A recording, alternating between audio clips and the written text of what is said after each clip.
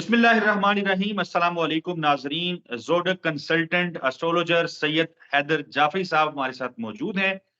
हम इस वीडियो को शुरू करने से पहले डिस्कस ये कर रहे थे, जाफरी साहब बता रहे थे कि उनके दिल के बहुत करीब है एक टॉपिक, उसी टॉपिक पे फिर हम आ गए हैं। उन्होंने बताया कि वो अपने चैनल पे इस पे ज़रूर वीडियोज़ कर रहे होते हैं और ये टॉपिक है दुआओं के हवाले से।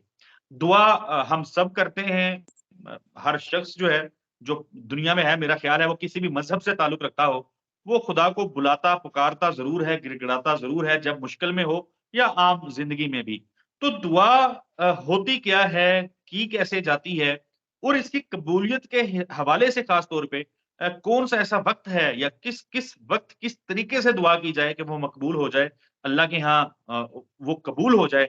इस पे हम बात करेंगे सैयद हैदर जाफ़री साहब।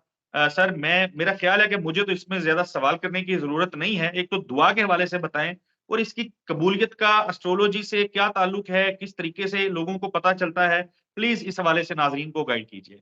मैं ज़रूर बताता हूँ जी। थोड़ा-सा बात थोड़ी अगर लंबी हो जाएगी तो मैं ज़रा वो चाहूँगा कि ताकि मैं सबसे पहले जो आगाही है वो पहुँचा दूँ, कि हमारे यहाँ ये समझा जाता है कि फ़लाँ चीज़ पढ़ लें, फ़लाँ चीज़ पढ़ लें तो दुआ कबूल हो जाएगी।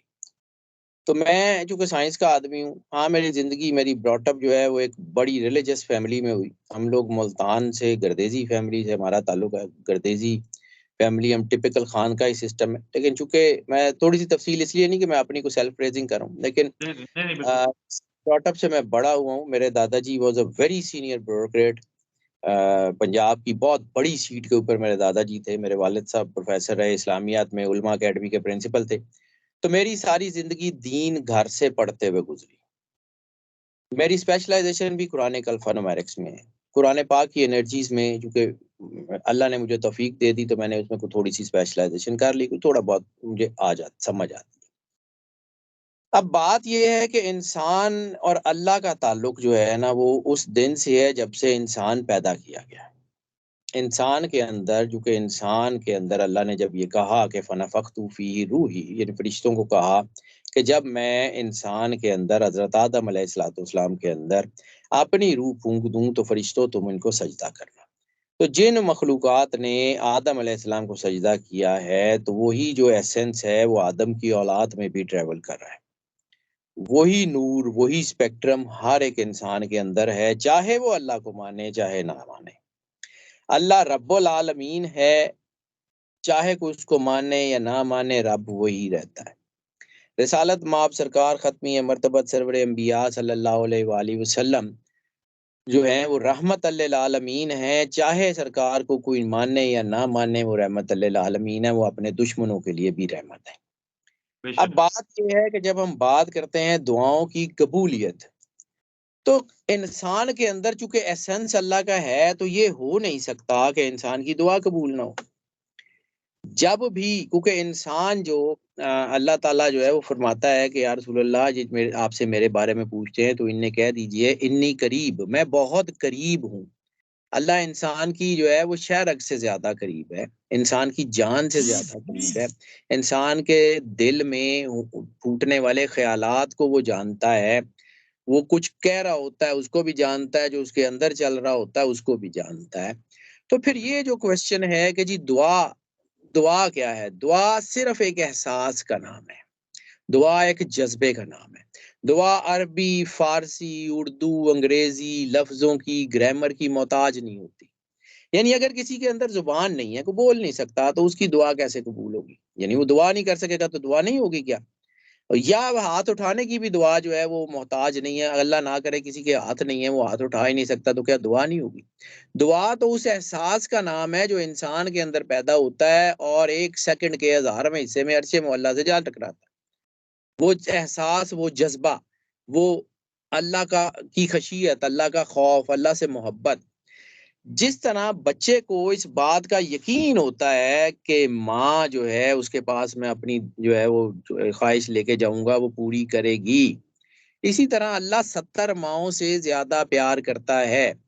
तो ये जो कबूलियत की सात है फिर ये क्या है? मैं इसके ऊपर चूँकि मैं अपने चैनल के ऊपर बड़े लंबे अरसे से हर महीने ये कबूलियत की सात की वीडियो करता आ रहा हूँ।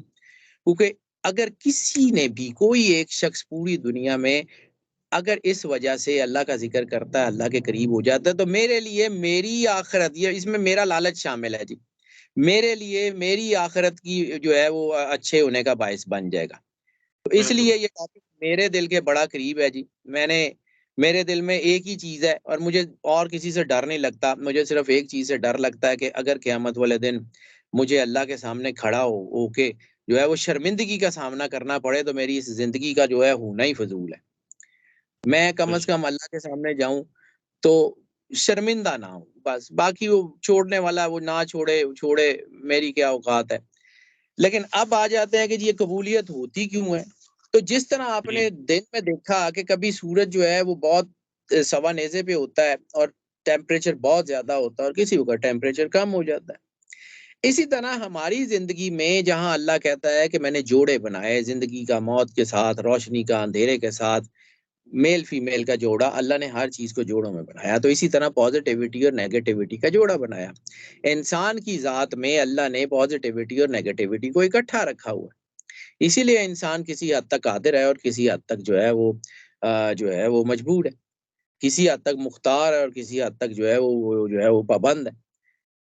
इंसान के अंदर पॉज़िटिविटी और नेगेटिविटी है। इसी तरह होराइज़न में भी पॉज़िटिविटी और नेगेटिविटी का जो है वो वेरिएंट्स होते रहते हैं। कभी पॉज़िटिविटी ज़्यादा होती है, कभी नेगेटिविटी ज़्यादा होती है। बिल्कुल। हमारी चूँकि कैलकुलेशन हम जो है वो मंथली भी करते हैं, वीकली भी करते हैं, डेली भी बाद औक़ात करते हैं, लेकिन वो उतनी एक्यूरेट होती नहीं। लेकिन चूँकि हम जी। सारी चीज़ों को अगर वीकली देखें तो वो बहुत ज़्यादा हो जाती है, तो मंथली उसको हम देखते हैं कि मंथ में हुँ। जो 30 दिन या 31 दिन होते हैं महीने में, उसमें कुछ घंटे पॉज़िटिविटी बहुत ही ज़्यादा तेज़ होती है।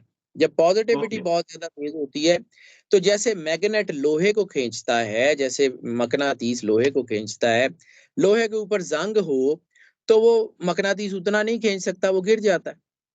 बिल्कुल। इसी तरह जब इंसान के ऊपर ज़ंग होता है ना, तो वो अल्लाह के साथ उतना ज़्यादा क्लोज़ कॉन्टैक्ट में नहीं आ सकता।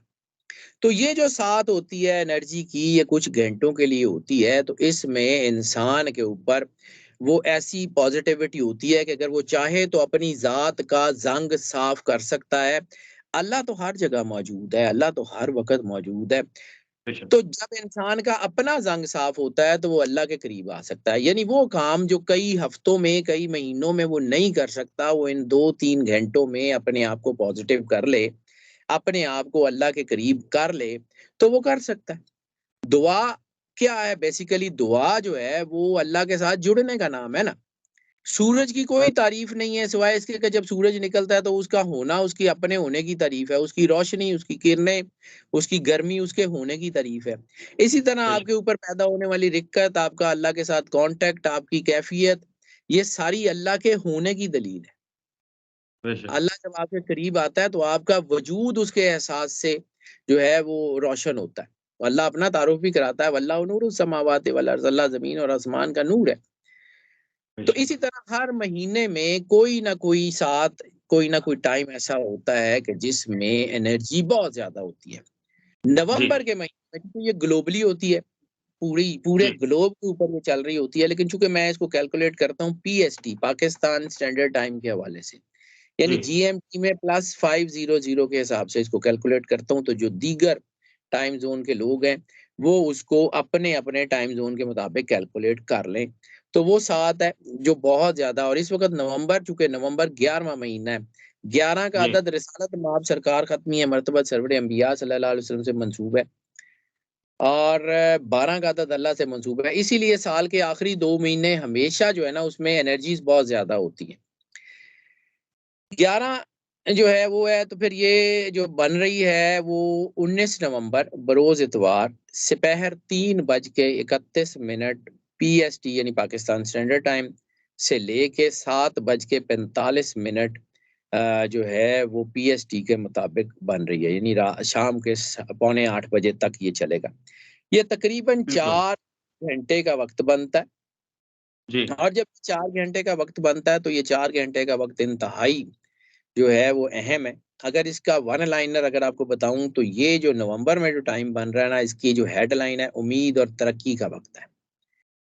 वो जो जहां उम्मीद दम तोड़ रही है, जहां आपको लगता है कि आपके कारोबार डूब रहे हैं, जहां आपको लगता है कि कहीं ऑक्सीजन बंद हो रही है, जहां आपको लगता है कि बिल्कुल घुटन हो गई है, वहां आपके दरवाजे खुल सकते हैं। अल्लाह मुसब्बिबुल असबाब है, अल्लाह असबाब पैदा करता है, लेकिन उस असबाब तक पहुंचना इंसान के लिए है। मतलब ये नहीं होता कि अल्लाह जो है वो नोटों की गठरियां खुद ही लेके नीचे आ जाए कि आ जाओ जी, मैं ਤੁਹਾਡਾ अल्लाह आ जाओ एंजॉय करिए। आपको मेहनत करनी पड़ती है। अल्लाह आपको विजन देता है, अल्लाह आपको ताकत देता है, अल्लाह आपको जो है वो गाइडेंस देता है। उस गाइडेंस को यूटिलाइज करके काम आपने करना होता है। मैं अक्सर ये बात करता हूँ कि ये पढ़ाइयों से अगर सारे मसले हल होते हुए ना, तो फिर आपकी जिंदगी में भी ऐसा ही होता। आपको शदीद प्यास लगी हुई है, सामने गिलास में पानी है, आप जेब से तस्बीह निकाल लें और पढ़ना शुरू कर दें, कुछ भी एक्स वाई जेड हक पानी या पानी पढ़ते चले जाएं, 10 लाख दफा पढ़ लें, प्यास बुझ जाएगी। बिल्कुल पानी ऐसे ही तो है, आप बिल्कुल नहीं बुझेगी। है ना, तब प्यास बुझेगी। तो अल्लाह ने जो बेशक। इंसान का निज़ाम बना दिया है, वो उस वक़्त अज़ल में कुन कह के वो जब तक कायनात है तब तक वैसा ही रहना है, नहीं बदलता। बेशक। ठीक है? हम उसको वेरिएट कर सकते हैं, हम किसी हद तक उसको वेरिएट कर सकते हैं, पढ़ाइयाँ असर ज़रूर दिखाती हैं, लेकिन मैं थोड़े से चूँकि बात लंबी हो जाती है, लेकिन समझाना जी, इसलिए जी। ज़रूरी होता है कि फिर जी, इस जी, नहीं, बारे नहीं, में ना बिल्कुल समझाएँ। एक्टिविटीज़ हैं। आप कंप्यूटर पे काम करते हैं, कंप्यूटर में 3 हिस्से होते हैं। One is central processing processing unit, CPU. बिल्कुल, सीपीयू को बिल्कुल। आप समझ लें, इंसान जो सुपर कंप्यूटर अल्लाह ने बनाया है, उसका सीपीयू है लौह महफूज़। उसका सीपीयू है उसकी तकदीर। इस तक तो रसाई मुमकिन नहीं है। इस तक तो कोई कहे कि जी मैं तकदीर बदल सकता हूँ, तो भाई कोई नबी वली दुआ करके बदले तो बदले। हम जैसे आम लोगों से तो मुमकिन नहीं है। बेशक। सीधी बात, ठीक है? अब तकदीर के भी आगे कुछ हिस्से हैं, एक तकदीर मुअल्लक होती है, उसमें अल्लाह ने एफर्ट लगाए होते हैं कि ये एफर्ट कर लेंगे तो मैं ये दे दूँगा। एक तकदीर जो है वो उसको अज़ल कहते हैं, वो किसी नबी वली की दुआ से बदल जाती है, जैसे हज़रत ईसा अलैहिस्सलाम जो वो तकदीर से फ़ौत हो गए होते थे, उनको ज़िंदा कर देते थे, वो जो अपनी तकदीर से अंधे पैदा होते थे, उनको आँखें दे देते थे, वो तकदीर अज़ल। एक बिल्कुल। तकदीर मुकर्रम है, वो नहीं बदलती, वो नूह अलैहिस्सलाम अपने बेटे के लिए दुआ करते रहते हैं, वो नहीं बदलती क्योंकि अल्लाह ने ऐसे ही लिखी होती है। इसी तरह कंप्यूटर का जो दूसरा हिस्सा होता है दैट इज़ कॉल्ड जो है उसका कीपैड और माउस यूनिट, और बिल्कुल। तीसरा हिस्सा होता है स्क्रीन यूनिट, ठीक है? एलईडी हो, वो मॉनिटर हो, वो कुछ भी हो। स्क्रीन यूनिट के ऊपर वो चीज़ होती है जो मैं आपको बता रहा हूँ, यानी जो हम लोग बताते हैं एनर्जीज़ को पढ़ के कि स्क्रीन यूनिट के ऊपर अल्लाह के बनाए हुए एनर्जी पैटर्न के स्पेक्ट्रम ये आ रहे हैं। इसका ये जो है इसमें ये पॉज़िटिविटी है, इसमें ये नेगेटिविटी है, इसके मुताबिक अपने आप को ढाल लें। जैसे कि महकमा मौसमियात वाला आपको बता रहा होता है कि जी आप अगर गिलगित में जा रहे हैं तो वहाँ तूफ़ान आ सकता है, बर्फ़बारी हो सकती है, एहतियात करें या ना जाएँ। इसी तरह बिल्कुल। हमारा काम भी उसी तरह मेट्रोलॉजी डिपार्टमेंट की तरह है। हम साइंस के लोग हैं, बाबागिरी का कोई कॉन्सेप्ट ही नहीं है इसमें। लेकिन चूँकि हुँ, जो है हमारी फील्ड में बाबे बहुत ज़्यादा आ गए हैं, तो वो कहानियाँ बहुत ज़्यादा हो गई हैं। तो इसलिए मैं हुँ। कोशिश करता हूँ कि मैं ज़रा कुछ चीज़ों को ना साथ-साथ बताता भी जाऊँ। जी, अब जो आ जाती हैं दुआएँ, वो है कीपैड और माउस यूनिट। उससे हम अपने सीपीयू से निकलने वाली चीज़ों को वेरिएट कर सकते हैं। जैसे हम कीपैड और माउस से अपनी स्क्रीन को पर्सनलाइज़ कर सकते हैं, अपने मुताबिक ढाल सकते हैं। लेकिन गिवन स्पेक्ट्रम के अंदर हम ये नहीं होता कि आईपैड के ऊपर हम एंड्रॉइड जो है वो उसको जो डाउनलोड कर लें और आईपैड जी, का जो निकाल के उसके ऊपर एंड्रॉइड भर लें, ये नहीं हो सकता। जिसने जो बना के भेजा है, वो ही है और वो ही रहेगा। अब बिल्कुल। आ जाते हैं कि हमने करना क्या है इस साथ पे। ये बात थोड़ी-सी मैं इसलिए ज़रा तफ़सील से कर जाता हूँ, क्योंकि आपके चैनल पे ये पहली मर्तबा हो रही है, तो मैं चाह रहा हूँ कि अगर जी, जी, ये बिल्कुल आप बात करें, बिल्कुल तफ़सील से करें और नाज़रीन भी जानना चाहेंगे। वो आधी बात ना जाए, लोगों को कम से कम समझ तो आए ना कि करना क्या है, होता क्या है। बिल्कुल, अब बिल्कुल। आ जाते हैं उस कीपैड और माउस यूनिट की तरफ कि दुआ करना क्या है? आपने अपना ज़ंग कैसे दूर करना है? ज़िंदगी का अंधेरा इस बात पे याद रखिएगा कि एक ही है, वो है अल्लाह।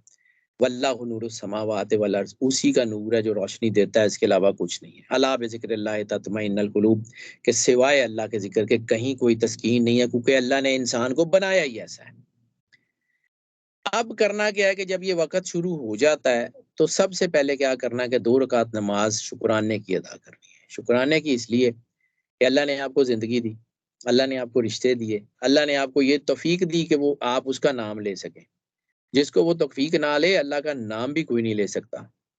जिसको वो तौफ़ीक ना दे, सरकार रिसालत माब सरकार ख़त्मी मर्तबत सरवर अंबिया और उनके अहले बैत अलैहिस्सलातु वस्सलाम के बारे में कुरान पाक ये कहता है कि अल्लाह ने ये तय कर लिया है कि रिज्स इनसे दूर है। तो ये बात याद रखें कि जो लोग इनसे दूर हैं वो रिज्स हैं, अल्लाह चाहता ही नहीं है कि वो इनके करीब हों। ये पाक और मुकद्दस नूर हैं, ये रिजस दिमागों में आता ही नहीं है। सबसे पहले तो इसका शुक्रिया अदा करें ना कि अल्लाह ने आपको अपना नाम लेने की तौफीक अता की है, आपने आपको रसालत माब सरकार खत्मी मर्तबत सरवर अंबिया सल्लल्लाहु अलैहि वसल्लम का कलमा नसीब फरमाया। बेशक। उसके बाद आपने दरूद पाक पढ़ना है, कम जी, अज कम एक तस्बीह, ज्यादा से ज्यादा जितना, क्योंकि दरूद पाक का ताल्लुक अकीदत और मोहब्बत से है, दरूद पाक का ताल्लुक पढ़ाई और चिल्ले वजीफे से नहीं है। बिल्कुल। उसके बाद आपने सूरह मुज़म्मिल, क्योंकि हम जब कैलकुलेट करते हैं तो एनर्जी के मुताबिक कुछ चीज़ों को कैलकुलेट करते हैं, तब नंबर डिफाइन करते हैं कि इनको इतनी मर्तबा, इनको इतनी मर्तबा।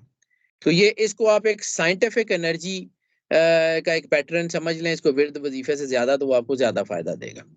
सूरह मुज़म्मिल 9 मर्तबा, सूरह कदर 5 जी, मर्तबा, सूरह कौसर 5 मर्तबा, उसके बाद सूरह फातिहा फिर 9 मर्तबा, उसके बाद उसी रूटीन से सूरह कौसर 5 मर्तबा, सूरह कदर 5 मर्तबा और दरूद पाक फिर एक तस्बीह कम अज कम। ज्यादा पढ़ना चाहें ज्यादा पढ़ लें। जब ये पढ़ चुके हैं, इसका मतलब ये है कि इस इबादत के नूर से आपके अंदर एक रिक्कत तारी हो चुकी होगी, आपका दिल नरम हो चुका होगा। अब आपने 2 नफल नमाज हाजत, सलातुल हाजत पढ़नी है और इस यकीन से अल्लाह के सामने जाना है कि जैसे बच्चे को कोई तकलीफ होती है, बच्चा कहीं गिर जाए, बच्चा रो रहा हो, माँ से खाना खाया जाता है? माँ खड़ी होकर खाना खा सकती है? कभी नहीं खा सकती। वो एक माँ है, वो जो 70 माँओं से ज़्यादा प्यार करता है, वो कैसे बर्दाश्त करेगा कि आप उसको पुकारें? वो बार-बार ये कहता है कि या रसूलल्लाह इनको बता दीजिए कि जब ये पुकारने वाला मुझे कोई पुकारता है, तो मैं उसकी पुकार सुनता हूँ। बेशक। तो जब अल्लाह पुकार सुनता है, तो जवाब भी देता है। 2 नफल सलातुल हाजत पढ़ें और फिर उसी तरीके से दुआ करें। कोई अरबी, फ़ारसी, उर्दू नहीं, दुआ एहसास है। इस एहसास के साथ अल्लाह के सामने जाएँ कि अल्लाह ही जो है उसी ने करना है और आपके अंदर उसका, आपकी रूह में उसका एसेंस है। अपनी कंप्लीशन के लिए, अपनी ज़ात के लिए अल्लाह की बारगाह में जाएँ। फिर देखें अल्लाह क्या करता है। हमारा काम उसके दरवाज़े तक जाना है। आगे उसकी मर्ज़ी, वो दरवाज़ा खोलेगा या नहीं खोलेगा।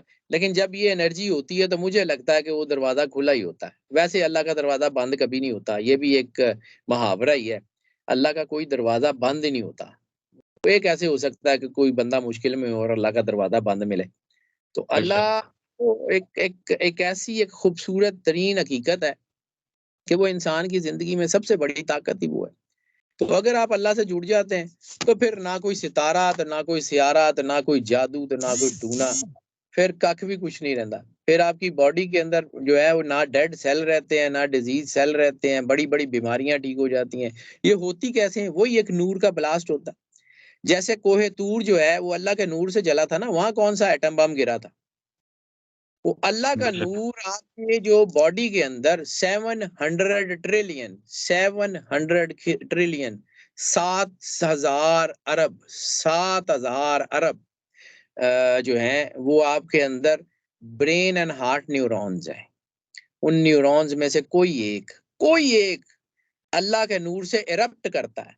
वो एक जो है वो न्यूरॉन इतनी एनर्जी पैदा कर देता है कि आपकी बॉडी में एक एक तरह का एटॉमिक ब्लास्ट होता है, सर से लेके पैर तक ना बुराई रहती है, ना नेगेटिविटी रहती है, कुछ भी वाह! नहीं रहता। कर लो अगर कर लोगे तो। मैं तो साइंस का आदमी हूँ, मेरा काम बताना है, डॉक्टर का काम बताना होता है, डॉक्टर का काम ना मनाना होता है, ना डॉक्टर ये कहता है कि जी बिल्कुल तुसी ऐसे घर ही। ले जाओ ते दवाई मैं खा लांगा। मेरा काम बताना है। मैं कल को क़यामत वाले दिन अल्लाह के सामने खड़े होके ये ज़रूर कह दूँगा कि मालिक मैं दस देता सी, बाकियां ने कीता या नहीं कीता सर मेरी ज़िम्मेदारी खत्म। Thank you very much Syed Haider Jafri साहब। बड़ी तफ़सील से आपने नाज़रीन के लिए बताया और मैं ज़ाती तौर पे मेरी भी बड़ी ज़बरदस्त तरीके से रहनुमाई हुई आपकी इस गुफ्तगू से। अल्लाह ताला आपको इसकी जज़ा दे। नाज़रीन, अगली वीडियो में मुलाकात होगी, तब तक के लिए अल्लाह हाफ़िज़।